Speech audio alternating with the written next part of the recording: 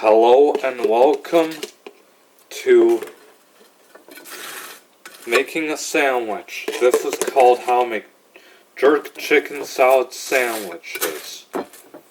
First thing you gotta do is spread the mayonnaise.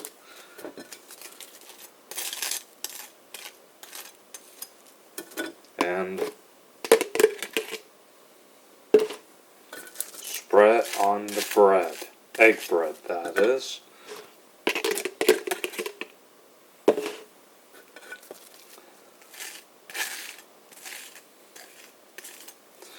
Then after that, you put the jerk chicken salad onto the sandwiches.